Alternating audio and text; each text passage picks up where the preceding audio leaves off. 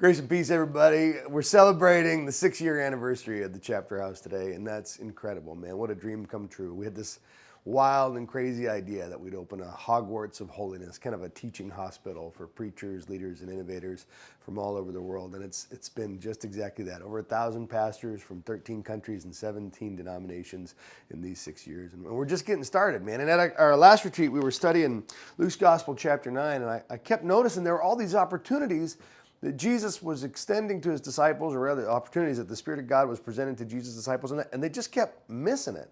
So in Luke 9, this man comes up and he's trying to get a hold of Jesus, and the disciples are shooing him away, and he says, you got to help my son. He's demon-possessed. Your disciples couldn't heal the boy.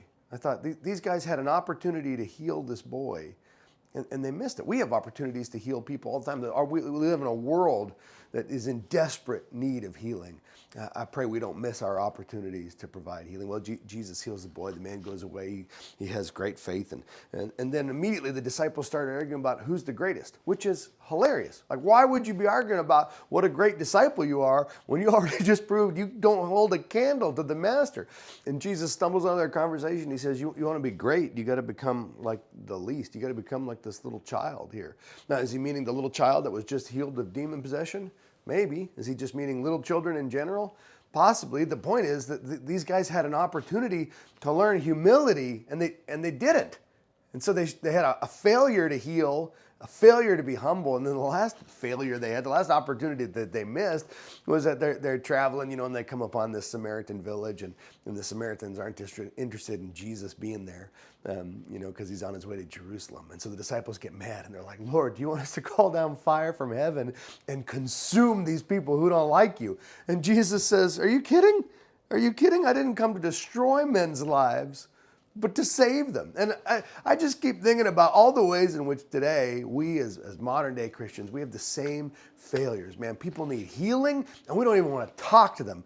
And then we're given the opportunity to demonstrate humility, to learn humility, and instead we're arguing about how great we are, who's got the biggest following on the internet, who's got the most tweetable quotes. And then when we run into people who don't really like us and aren't really fans of Jesus, or maybe even us in the way we do ministry, we think, I know, we should destroy them. We should call down fire from our heavenly keyboards and light them up. And over and over and over again, we continue to have the same failures as Christ's original disciples. We fail to heal.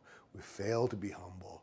We fail to show mercy. But the good news of the gospel of God is just because you fail once or twice doesn't mean you're doomed to fail for forever. And the truth is God's Spirit is always on the move for you and for me, giving us opportunities to provide hope and healing in Jesus' name, giving us opportunities to walk humbly and not argue about how great we are, giving us opportunities to show mercy to people, to save people's lives instead of destroy them, to speak words of life and hope and encouragement and comfort instead of just getting angry and grumpy and being weird online in particular. So friends, I just want to encourage you in part to celebrate the great things that God is doing through the Chapter House, and also to celebrate the great things that God is doing in you. You got to look with eyes to see and ears to hear and recognize over and over and over again the Spirit of God is providing opportunities for you to be a faithful disciple of Jesus. So that's my prayer for you. That's my prayer for me. This is my prayer for all of us, that we would be people who provide healing, who walk humbly, and who show mercy in Jesus' name. Grace and peace. If ever I can do anything